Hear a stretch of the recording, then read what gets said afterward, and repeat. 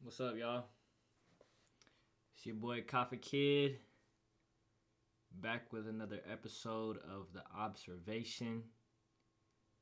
Today we have a video from the home team history about how Africa lost Egypt, a scholar's theory. That scholar would be Dr. Chancellor Williams. Just a little background on Dr. Williams. He was born in 1893 in South Carolina. He was the youngest of 5 children. His father was born into slavery, but he was fascinated by racial iniquity growing up in the South, and he became fascinated with this subject around the 5th grade. He would sell black magazines and different literature associated with some of the black-led organizations like the NAACP and other literature-based organizations around that time that were organized by African Americans at the time. He migrated in 1910 as a part of the Great Migration when around 6 million African Americans moved to escape the South and different hardships going on there. He acquired a bachelor in education from Howard in 1930, a master's in 1935, and a PhD in sociology in 1949. He did many international studies, some at Oxford, some at, University College in Accra, Ghana. And most notably, the different studies he did abroad. So at this point, when he started doing these studies overseas, he was over 50 years old. But yeah, that's kind of the background as to who, the home team history, the channel that we're watching today, talks about a lot of the literature that he wrote, specifically his book, The Destruction of Black Civilization, from his time studying smaller groups of people in the continent of Africa, I think across over 20 different countries, just studying different aspects of their culture and the history of their culture. He comes to a conclusion about black civilization. So that's a little bit about Dr. Chancellor Williams. I think whoever runs home team history, shout out to you. I think covers it a little bit in this video, but nonetheless, we'll dive right in and then observe after the video what the greater takeaway is. But without further ado, Dr. Chancellor Williams and his award-winning book, The Destruction of Black Civilization, has inspired many to look deeper into African history. Not only does he call for individuals to look beyond the Eurocentric perspective, but also look in between the lines of that same model. His work inspired me to do my own analysis on the question of Africa's fall. Today, I wanted to speak about one of his theories regarding the fall of Egypt, which advances an uncompromising African perspective.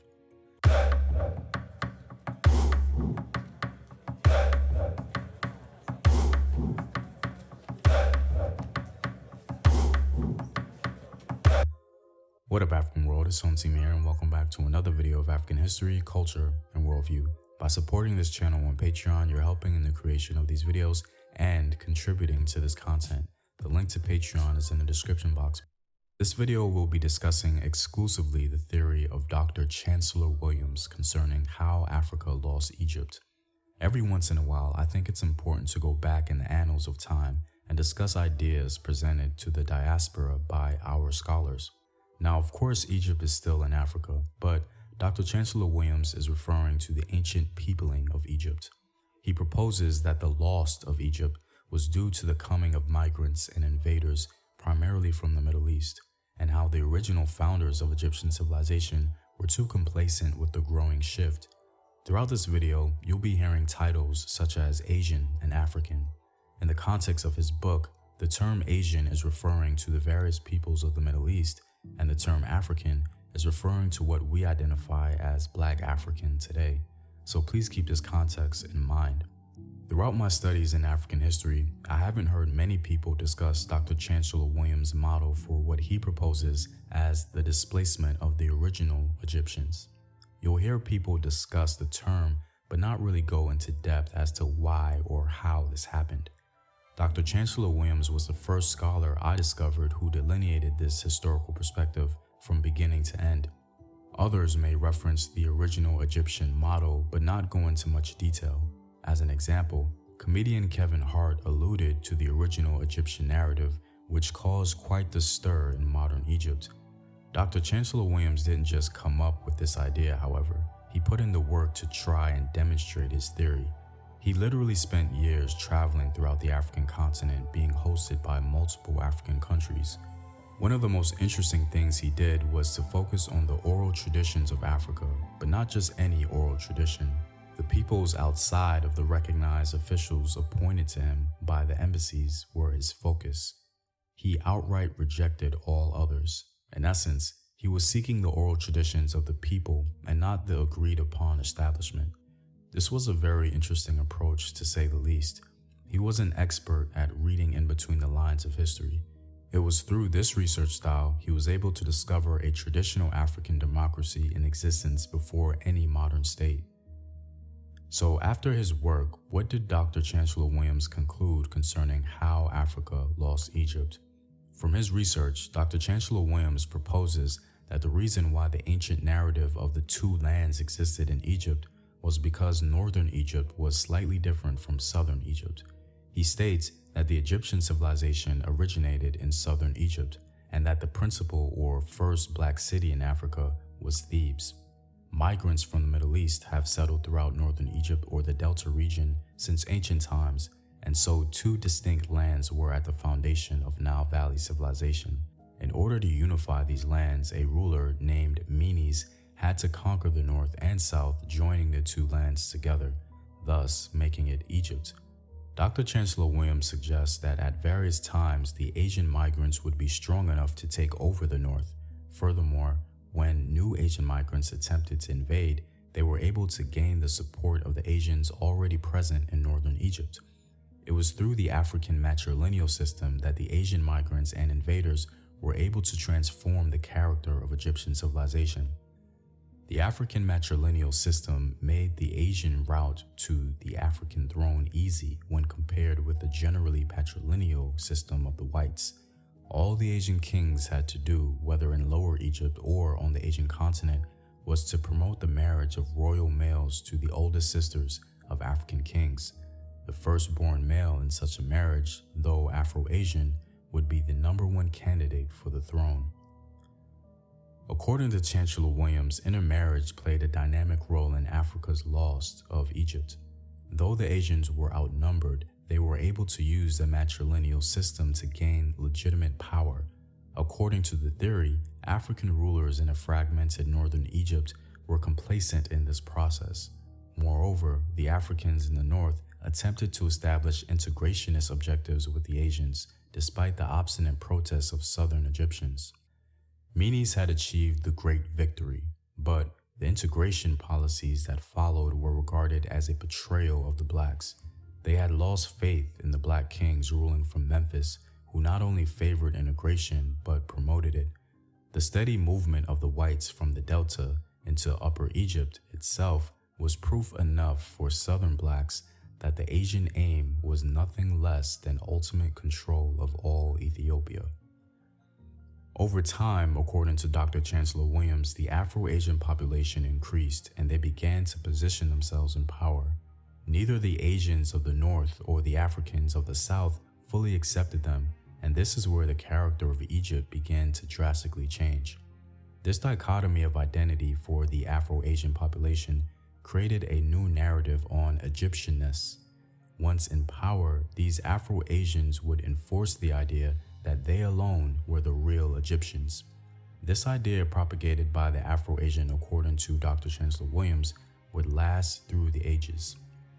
Out of this situation developed a passionate and defiant nationalism that restricted the term Egyptian to mulattoes alone. Henceforth, neither Asians or Africans were to be called Egyptians. The Afro-Asians had apparently resolved that since they could not belong to either the black or white race, they would be a race by themselves, and in their own right, the Egyptian race. It worked. Asians, if unmixed, were now called Asians, and Africans, if unmixed, were called Africans or Ethiopians. They alone would be called Egyptians, and the writers of the world would follow this classification from Homer's time to this day. This quote is a great distillation of Dr. Chancellor Williams' theory as to how Africans lost Egypt. Though he couldn't work on his project in the way he truly wanted, Dr. Chancellor Williams was able to collect information to a degree in which he was comfortable publishing. In the comments below, be sure to discuss the strengths and/or weaknesses of his theory. Also, be sure to comment on whether you've actually read his book or not, as that will give more weight to your analysis. Well, I'm all out, guys. If you like these videos and want to help in its continued production, consider supporting the Home Team on Patreon.com. The link is in the description box below.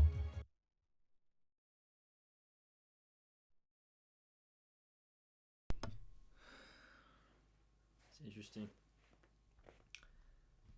Let me go back to a quote. Yeah. So, no, it's an interesting video from Mr. Williams, and if you kind of juxtapose his background, being where he's from, being from the South in a Jim Crow era, where his dad was a slave.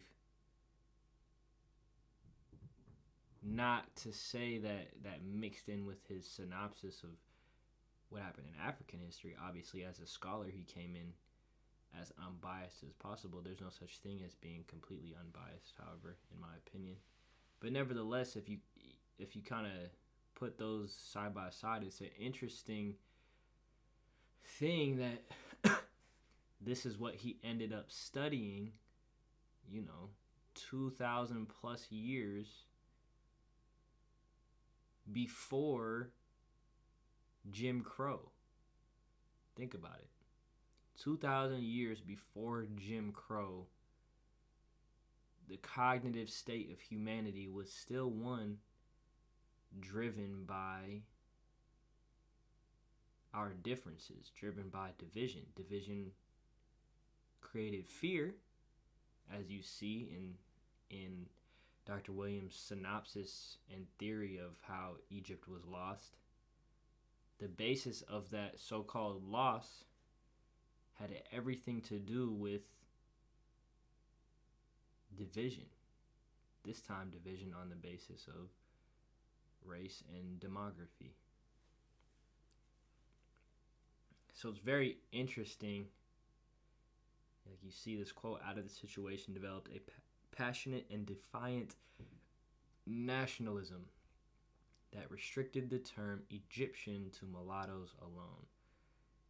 Now, in our modern context, that word mulatto can be offensive or be taken as offensive, but in this context, it's simply the mixed races of Middle Eastern and African people. So, I don't know. Let's take, for instance, the theory is true. Even though, some mainstream scholars disagree with the fact that Egypt and that land was originally populated by African people of the Afro race, with Afroid features. Let's take for a second that that's true. Okay? So now you have black kings and rulers who are now interacting with, whether it's invaders, whether it's trading, whether it's economically influenced, whatever the influence is, you have Middle Eastern or Asian people coming into their land, and now they're mixing.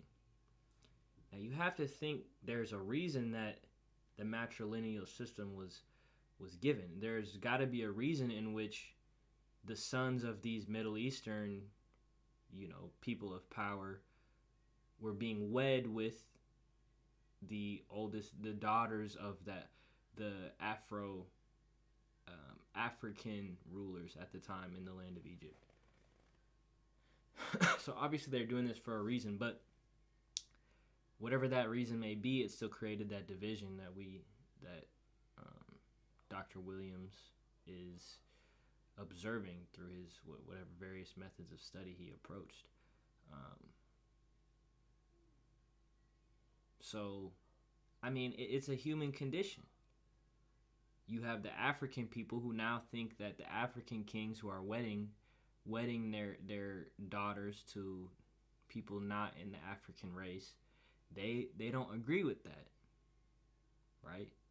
And now you have them rejecting these mixed people, and there's division between even the mixed people because they have some Asian blood in them. And mind you, again, Asian at this era is, that classification is Middle Eastern people. So, and on the flip side, I'm sure you have Asians who are rejecting the Afro-Asians because they are not fully, they have the Afro blood in them. So regardless, he's deducing that because of that rejection, the Afro-Asians said, F it, we're our own people. We're in the middle. And that's who we view as modern day Egypt. So I think regardless of if it was originally Middle Eastern people or Caucasian looking people, as some historians say, that were the original founders of Egypt and inhabitants of Egypt, regardless, you have a mixing of race. Regardless, someone lost the land due to a change in demography. And division was created due to a change in demography. So the root of it is still somewhere in our human nature to create division, to be devised. So in this example, why would the Afro or Asian people care about division? Why would they even care? As long as life is sustaining, who cares? So to me, I mean, it's got to be rooted in power. There's some sort of power shift. When demographics shift, power shifts. 2023 in Tunisia, the Tunisian president made some sort of claim that Africans, remind you, this is 2023, made a claim, this is the president making a claim that Africans are trying to shift the demography of Tunisia, which is northern Africa, to the east or to the west of Egypt, and to the east of Morocco. So historically, that is a land that was colonized by the Arabic Empire. So this president is obviously of Arabic descent, and he's saying, so similar to this, what Dr. Williams theorizes happened in Egypt 2,000, 3,000 years ago is happening now in Tunisia. And what's happening now? Black people of Western Africa descent or origin are being beaten. Some that have been there for 20, 30 years. They're being evicted. Their businesses are being burned, destroyed, looted, whatever it may be. This is 2023. So history seems to repeat itself. 2023, you have Africans being a threat because they're a threat to shift the demographic of the Tunisian people. And then 3,000 years ago, you have, on the flip side, according to Dr. Williams, Africans who are viewing the Middle Eastern influence as a demography and potential threat to power as the demographic shifts. So you have the same thing happening and the same underlying roots of division happening 3,000 years apart. What's the common thread between that? It's not rooted, to me, it's not rooted in just the fear of a demography shift. To me, it's rooted in the shift of power. But why want power, huh? What in our human cognitive disposition craves power to the point where we behave And these are just symptoms of our crave for what power, status, whatever it may be. That's a question. I don't know. But it's interesting. If I were to introduce the biblical literature, if you look in Genesis, the descendants of the world, according to the Bible, are Shem, Japheth, and Ham. They all populated northeastern Africa, the Middle East, and beyond, the world in general. The descendants of Noah's 3 kids. So the great grandchildren of Noah and beyond. Right? Now you have like in the years following the spread of the descendants of Shem, Ham, and Japheth, right, across the Middle East and Northeast Africa and beyond. In Genesis 11, verse 4 and 6, you have the history of the Tower of Babel, where humanity wanted to make a name for themselves, or they wanted their name to remain. They wanted their being and their legacy to remain. That is a similar power-rooted disposition. That's a disposition and a tendency rooted in the desire to leave your remnants on the earth after you're gone. It's very much rooted in power and a desire to be remembered and a desire to, where does that come from? Why do we internally want that? That has nothing to do with the sustenance and survival of our being as we live on earth. It has nothing to do with that. It's all about what we're leaving. It has nothing to do with us being able to survive for the next day.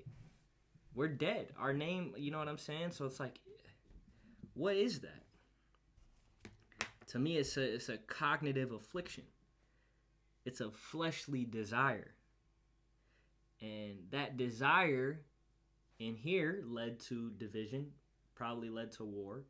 In modern day Tunisia, as we speak, it's leading to violence, it's leading to division, it's leading to instability and danger for those of African descent. So you're having greed, you're having war, you're having injustice, you're having pride, the idolatry of self. You're having biased policy from the Tunisian president, and I'm sure biased policy occurred in ancient Egypt. And you're having biased education. You're having just division that leads to so many other afflictions, so many other side effects. And at the root of it is this fleshly desire to just remain, to have your name remain, as if to imitate God, as if to imitate the characteristics of an omniscient and eternal God. That's what it is. We're trying to be eternal. And I mean, it's interesting. Let me read out of Genesis 11. So this is the Tower of Babel. Genesis 11. Now the world had one language and a common speech. As people moved eastward, they found a plain in Shinar, it's Babylon, and settled there. They said to each other, "Come, let's make bricks and bake them thoroughly." They used brick instead of stone and tar for mortar. Then they said, "Come, let us build ourselves a city with a tower that reaches to the heavens, so that we may make a name for ourselves. Otherwise, we will be scattered over the face of the whole earth." But the Lord came down to see the city and the tower the people were building. The Lord said, "If as one people speaking the same language they have begun to do this, then nothing they plan to do will be impossible for them. Come, let us go down and confuse their language so they will not understand each other." Now, you have the same affliction in the Tower of Babel, where people are trying to reach the heavens for the sake of being eternal, for the sake of trying to emulate and become God. And you have that same affliction is why Lucifer was kicked out of heaven. So if you really peel back the reason for this division and this racial division and this power struggle and this longing to leave a legacy and longing to leave a legacy That's not negative, a legacy of power and dominion over others. That's a very godlike pursuit. It's like in our nature, our flesh wants to become God, wants to be eternal. And you see that in Genesis verse 11. The same affliction. The same affliction that happened in Egypt. The same affliction that's happened in modern day Tunisia and beyond. It happened in the United States. It happens everywhere. Right? So, I don't know if we'll ever understand why that is about ourselves. But nonetheless, as you observe the different turbulent eras in history or the different falls of civilization, those same undertones exist across. They existed in the Bible, they exist now. They exist in Game of Thrones, any movie plot. They exist, man. You see a common theme. So it's interesting. But who am I to say? Who am I to judge? It's just an observation. Just an observation, man. Episode 9. By yours truly, Kafka Kid. Where we're just talking about what it was and what it is, man. I think you can diagnose the problem all you want. But to me, the solution is just to learn it and look inward and reflect. You know, I think as a human race, we're gonna make this mistake 1,000 times, cause we ain't learned nothing from the last. We ain't learned nothing clearly from the last 2,000 years plus. So I don't know, man. I don't know, but I'm gonna leave it there. I hope y'all found this video interesting. I hope y'all found my observation and reflection interesting. If you did, leave a comment, leave a like, subscribe, turn on the post notification bell down below, man. That would be much appreciated. If you made it this far, that's huge, man. I appreciate you tuning in, and I would encourage disagreement. I would encourage some sort of commentary. I'll definitely respond if you do so. You know, my opinion is my opinion. It's not the end all be all,